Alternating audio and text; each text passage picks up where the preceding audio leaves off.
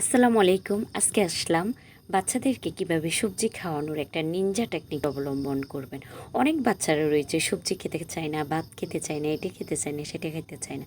কিন্তু অনেক বাচ্চারা খাওয়ার যতই অরুচি থাকুক নুডলস কিন্তু পছন্দ করে। তবে বাচ্চাদেরকে নুডলস স্বাস্থ্যসম্মত ওয়ে তৈরি করে দিবেন। একদিকে নুডলস তো পছন্দ করে, তো আপনি কী করবেন, সব ধরনের মিশালি সবজি নিয়ে অন্য কোনো মশলা ইউজ করবেন না, জাস্ট নুডলসের সাথে যেটা সেটা ইউজ করবেন।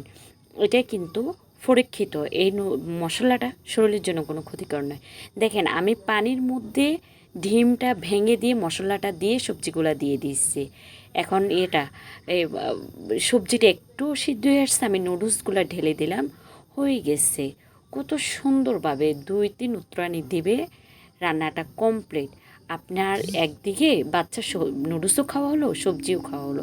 কত সুন্দর বিকালের নাস্তা আপনি বাচ্চাকে এভাবে খাওয়াতে পারেন, খুবই হেলদি সম্মত। আল্লাহ হাফেজ।